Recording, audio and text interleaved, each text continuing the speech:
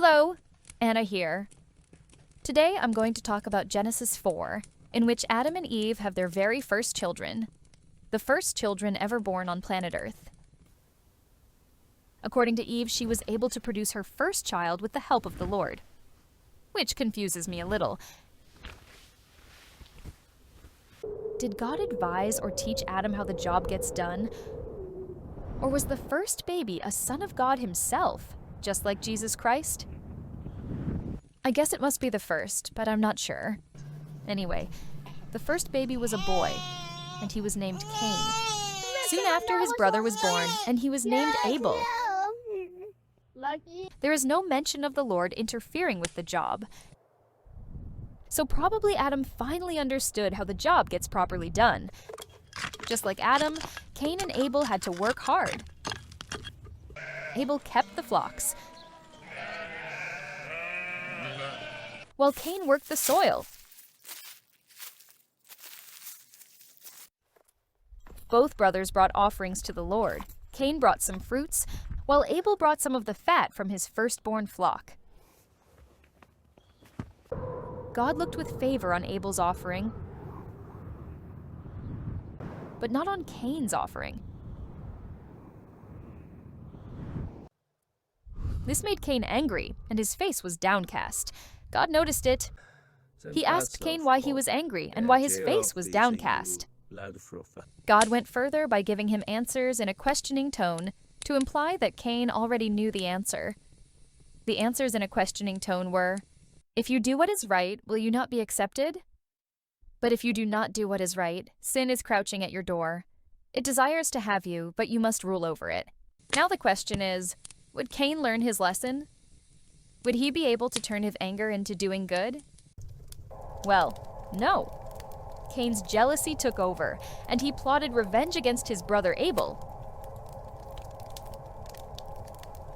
He asked Abel to go out into the fields, where the first murder would take place. The first family murder, the first of so many. Cain attacked and killed his brother Abel. It's a shame that it happens so often. Comparing yourself with others can lead to the worst. But in the end, you've got to look at yourself first. Let's flow. The first enemy is yourself. You have to beat the old version of you before even thinking about beating someone else. Like in the 100-meter sprint, is it even worth it to compare yourself with Usain Bolt if you can't even run?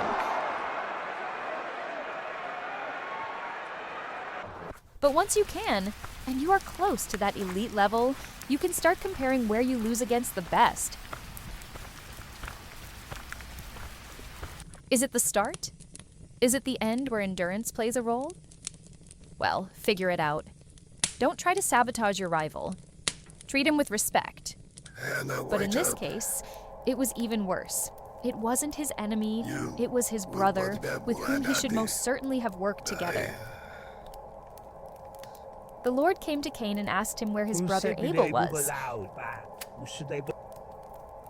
Cain replied in a rather arrogant tone that he didn't know, and asked sarcastically whether he wasn't his brother's keeper. But the Lord wasn't pleased. He asked Cain what he had done, and told him that his brother's blood was crying out loud from the ground. God continued to inform Cain that he was now cursed, and that he would be driven from the ground, which had opened its mouth to receive his brother's blood from his hands. The ground would no longer yield its crops for Cain, and he would be a restless wanderer on the earth. I can't, and don't want to, know how it feels to live every single day with the guilt of something terrible you have done. That was exactly what Cain thought at that moment. He couldn't imagine bearing that, living the rest of his life as a restless wanderer, confident that whoever found him would kill him. The Lord denied that and said that whoever kills him would take vengeance 7 times over. God placed a mark on Cain to make sure that no one would find and kill him, despite the fact that there were barely any people hanging around at that time. Cain left the Lord's presence and went on to live in the land of Nod, east of Eden. Despite being a murderer, he had the chance to create his very own chapter.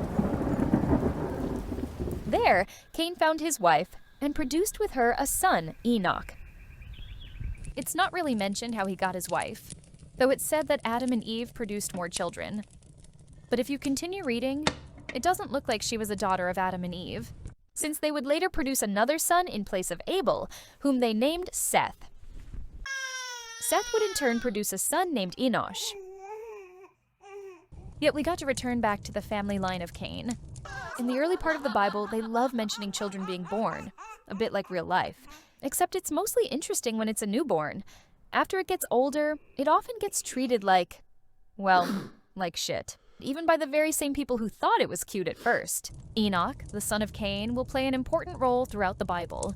Already in this chapter, where his father, a murderer, built a city and named the city after his son. It's the first mention of a city being built. Enoch would also produce a son, Irad. Irad in return produced a son himself, Mehujael. Mehujael in return produced a son, Methushael. Methushael in return produced a son, Lamech. Lamech was able to marry 2 wives, the first playboy in human history. Their names were Ada and Zillah. Ada would produce a son named Jabal, who would eventually become the father of those living in tents and raising livestock. Jabal had a brother named Jubal, the father of all who played string instruments and pipes. Zillah would also produce a son and name him Tubal-Cain. The first time a parent wasn't sure what to name their child, and so gave him 2 names instead. He eventually became the one to forge all kinds of tools out of iron and bronze. He also had a sister named Nama. Lamech, for those not keeping up, the guy with 2 wives, told his wives, Ada and Zillah, listen to me. Wives of Lamech, hear my words. I have killed a man for wounding me, a young man for injuring me. If Cain is avenged 7 times, then Lamech 77 times. Genesis 4 overall reminds me of recent events that should never take place. Recently, we sadly lost a great man in Charlie Kirk. Charlie was the kind of person who was open to dialogue, open to understanding others' perspectives and views in a respectful way. That makes it even more shocking that some individual decided to silence him. We see on social media how outlets take this opportunity to divide us even more, from the right calling out the left, and from the left even celebrating someone else's death. We continue to see people putting blame on others, yet we always have to look at ourselves first. I hope that we, as a society, will instead learn from this, learn to unite and not to divide.